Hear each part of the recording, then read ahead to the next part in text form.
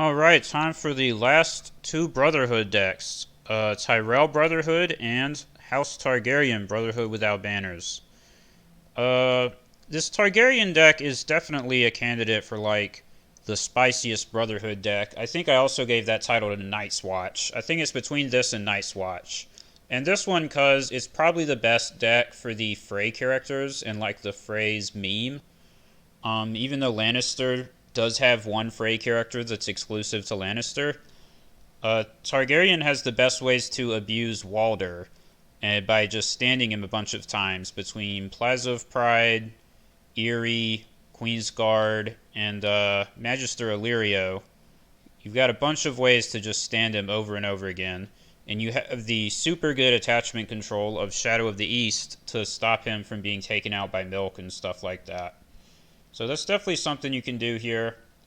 Queensguard is a pretty lame card. I'm not super excited to play Queensguard, but I'm sort of consoling myself with the fact that at least I'm using it in a way that you don't typically see it used and on characters that you don't typically see it used on.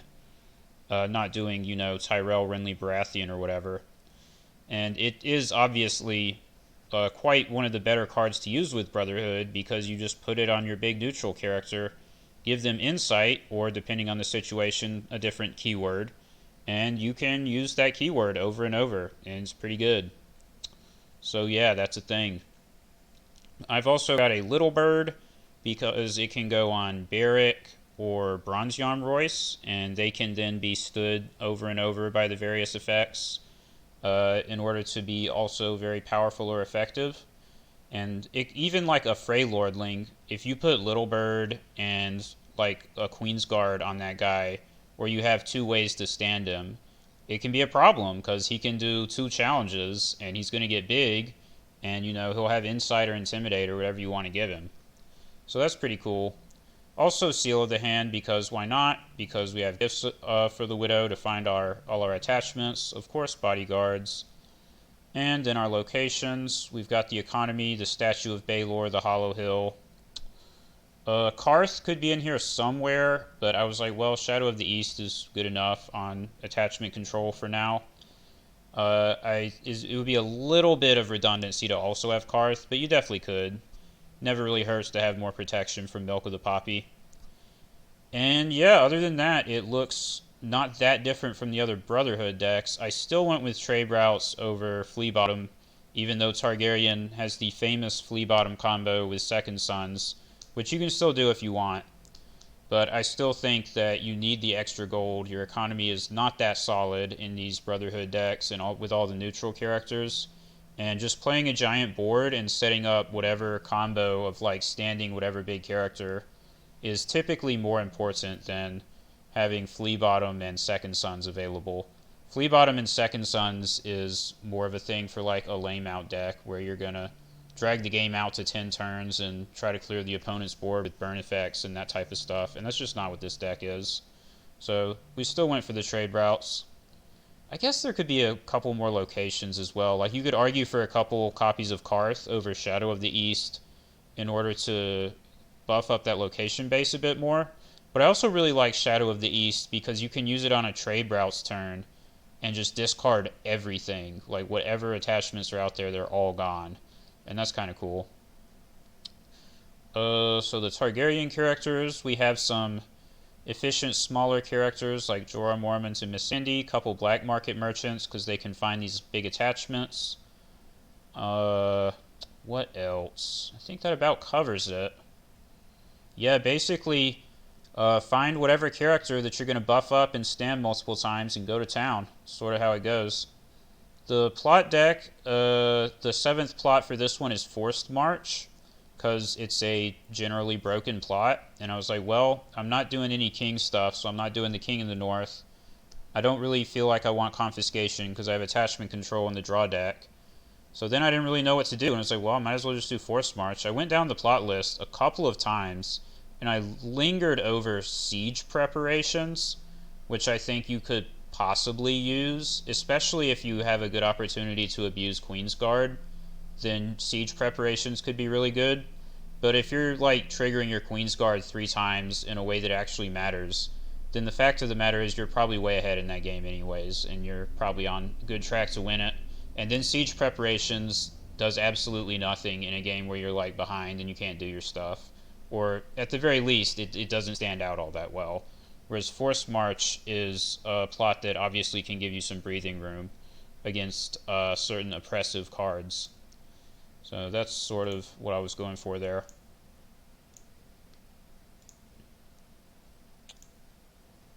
That was fast. Oh, Martell Wars, of course. Well, I guess I can set this up. Ghost of High Heart has to be pretty good against Martell. Starting with 3 characters, pretty good against Martell. Hopefully won't have Venomous Blade. So I have no Shadow of the East anywhere in sight. Gaston Grey, of course. Why wouldn't you play that? Obviously that's the right card to play.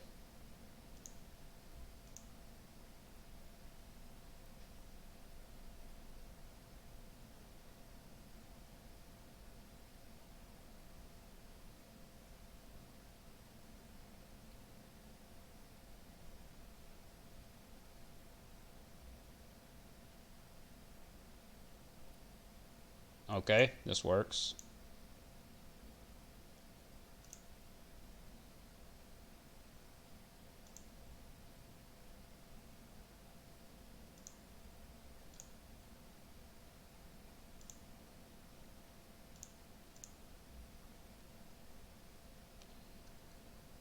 Oh boy, I hope he doesn't do First Snow of Winter, but there's a decent chance that he will. Could also just do Valar Morghulis. They like to do that too. Because the only thing that matters is you not having enough characters to declare challenges.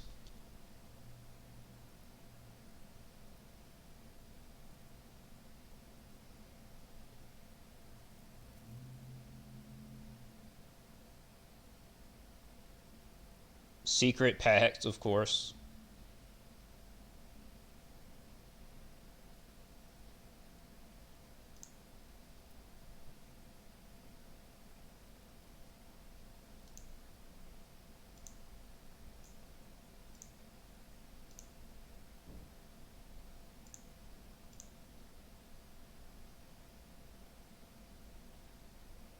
Why is he kneeling that? Oh, he's trying to click Starfall, no doubt. Too bad. You can't take both icons.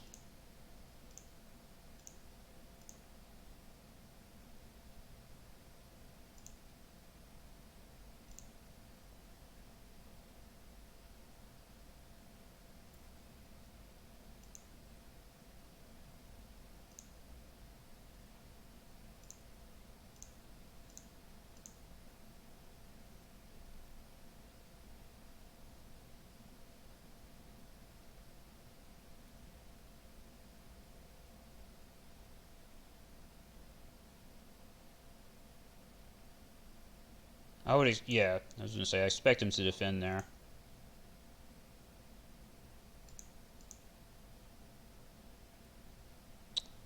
If I use both my dudes to attack, then he could win an entry against me, so that's why I didn't do it.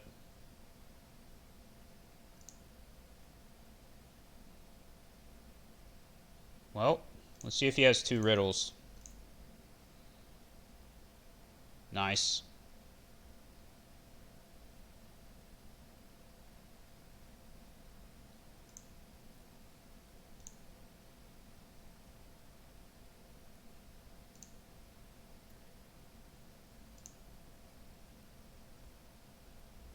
I'm going to play Walder here because he has more icons. I guess we have enough. No. Let's put Aegon in the shadows. That's the right thing to do. I was going to say we might as well play a Frey Lordling, but 6 characters in play, like, you really don't want to do that because it's almost guaranteed he'll do some type of reset.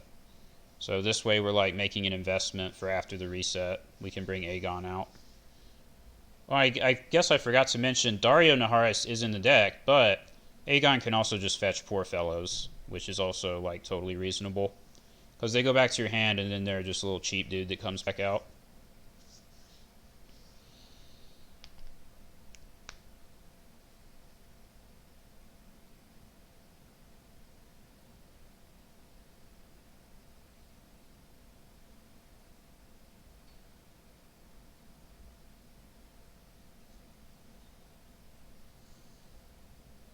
Oh, he actually played this Aereo Hosa. That's interesting. Well, let's try not to let that guy win a challenge on defense.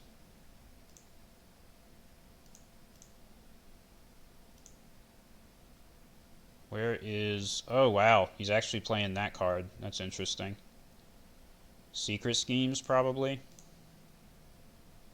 I mean, all those cards are kind of spooky, but I really don't want to let him draw like 5 cards with Secret Schemes.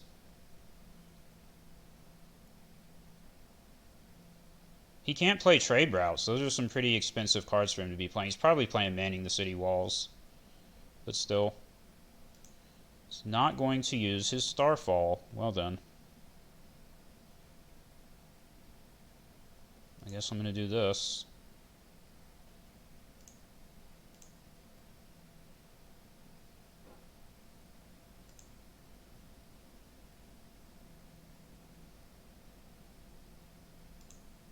Oh yeah, I legitimately forgot that that was there, but whatever.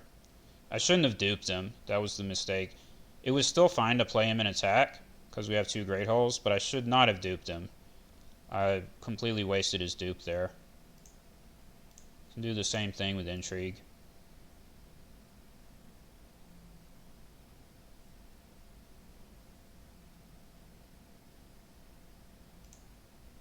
Oh, he's actually going to let me win it. It's a little unexpected. There's no power claim, so I won't declare power. Starfall Cavalry, that was the next good one to hit. Because it's like also sort of a Secret Schemes. You know, next turn, if he plays Manning the City Walls, he could just drop that and draw 3. That's a super lucky Intrigue hit.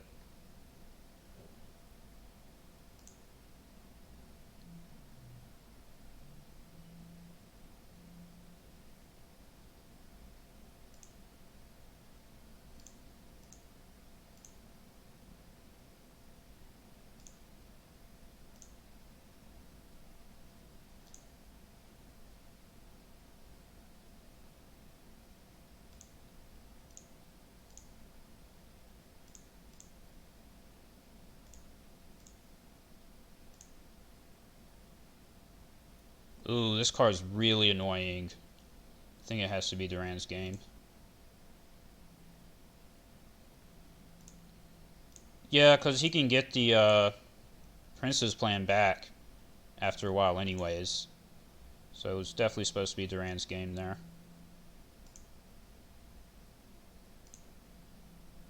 Alright, well 5 power after 2 plots, and still have board advantage. So far so good. Don't think it's necessary to play Trade Routes. I don't want to use Force March either. Trade Routes is only correct if he goes Valar Morghulis. Is he really going to play Valar here? I don't think that he would. I don't know, let's just do coppers and see what happens. Alright, that worked out. I'll go first because he's going to drop the Intimidate army.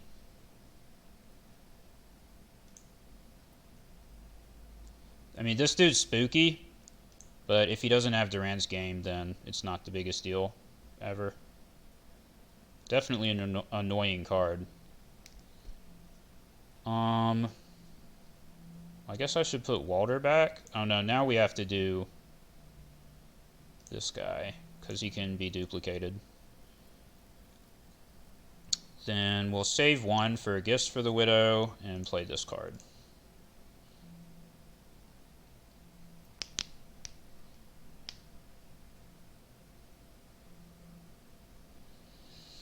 Man, where's my Shadow of the East? I would really like to get rid of this Secret Pact.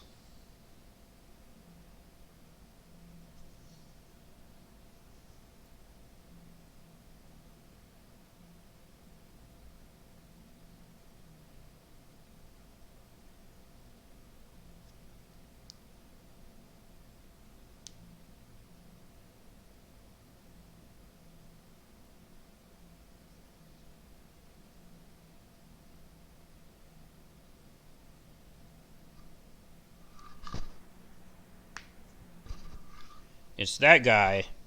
You only gave him 1 gold. Alright.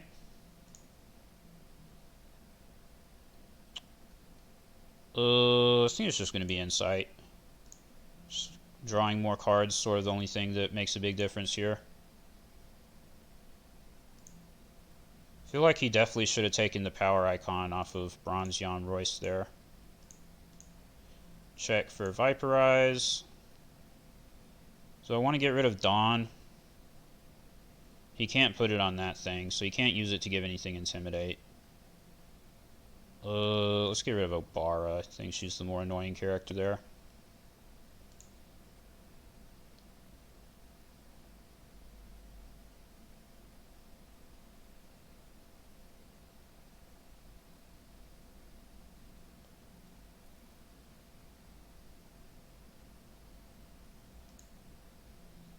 Why did he block with 5? He might be scared of, like, support of the people or something like that. I mean, that would kind of make sense. Ooh, Queen's Guard.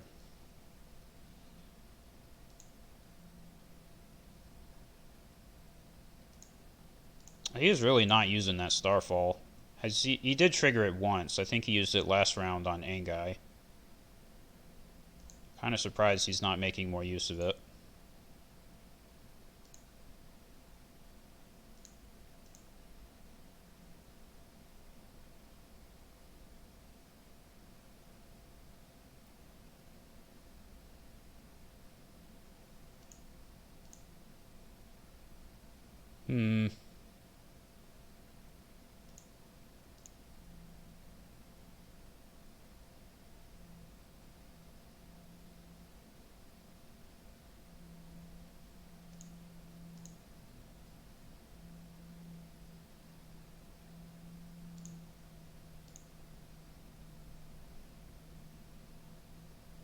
There it is. But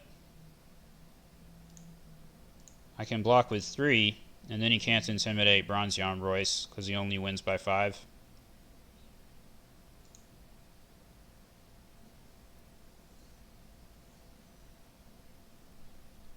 Haha. What are you going to do now? That's right, you're going to pass. Stupid Martel, thinking you can do stuff to me. So it's definitely going pretty well as far as games against Martel go. So if I do Force March, this is 1, 2, 3. Yeah, Force March is good. Political disaster. Well, that's rude. Since we're going to be kneeling his host, we can make him go first. He's not going to like that.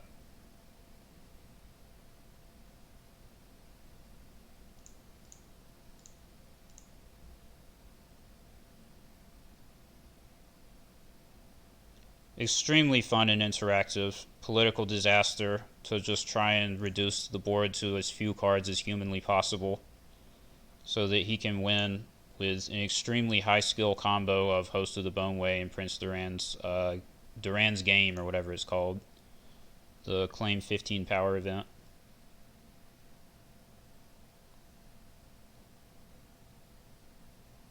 Good thing he went ahead and did that before I played trade routes, though. I feel bad to play trade routes into that. Oh, Sorella Sand. That could be an annoying character. Probably spend 3 on Aegon here. Then I can do Gifts for the Widow to give Aegon a bodyguard. I don't know if I really need Insight on him, but these other keywords aren't very good either. So we'll just do Insight. Just try to draw Economy. Or Shadow of the East. That would be nice.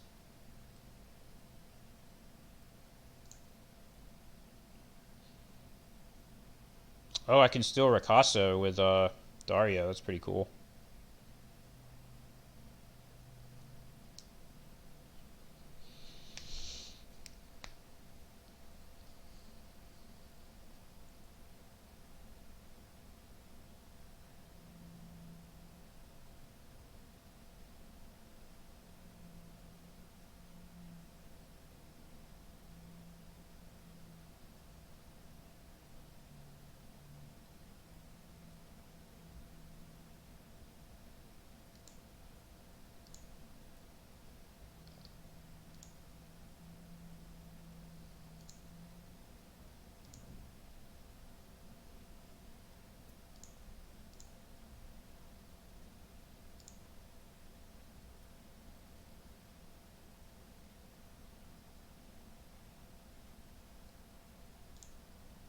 Ah, get out. That's right. Lame ass stuff. I know I'm being harsh, but I just have no fondness for these Martell decks. He definitely did not feel like he was playing Martell properly. He didn't play any resets. He tried to just match me by playing a big board and like actually doing challenges. And of course, his deck is not, it doesn't seem built to do that. It seems built to be the more typical Martell reset spam deck. But I don't know, I guess he just didn't like his odds. What else was I going to say? Yeah, I had that game recently where a Martell got me with the Duran's game without having to play any resets, but that's like a very specific situation when they're able to do that. Normally, when you do something like this, you have a really big board with a bunch of spooky characters, they're going to have to spam some resets to cut your board down to size before they can get you. And that guy, I think he was like really getting me with, what is that? The 2 gold event that gives plus strength? The Prince's Plan? I mean, to be fair, that's a pretty cool card. I like the Prince's Plan. I've I've tried so many times so hard to use it, and I've always been so bad at it. Yeah, this card is super good against Martell. I was going to nuke this Secret Schemes again. Get out. Alright. I guess we got him, right? Didn't even have to use the Queen's Guard. That's the thing, is you don't necessarily need the Queen's Guard. Like, it can be a super broken card if you really do have to just super pop off, but you can set up the fun thing is like the different combos of stand effects and other abilities can be set up in a bunch of different ways. It's not one single combination of cards that you always have to have. Like there, my Walder he got nuked by Gaston Grey and then got discarded by Intrigue or whatever. And instead, I just put out Bronzeon Royce and put the Intrigue icon attachment on him. And it's like, yeah, what are you gonna do now? He's gonna mess your stuff up, dude. If I had waited a couple turns, could have put a Queen's Guard on him, put Seal of the Hand on him. Could have done all kinds of stuff. So, yep. Tomorrow will be Tyrell Brotherhood, which is also pretty fun because Tyrell also has at least one very notable stand effect. Although they don't have as much redundancy as Targaryen. They have, like, the High Guarding Courtier is super broken, but it's only one card, and they don't really have anything else that's on that same level. So, yeah.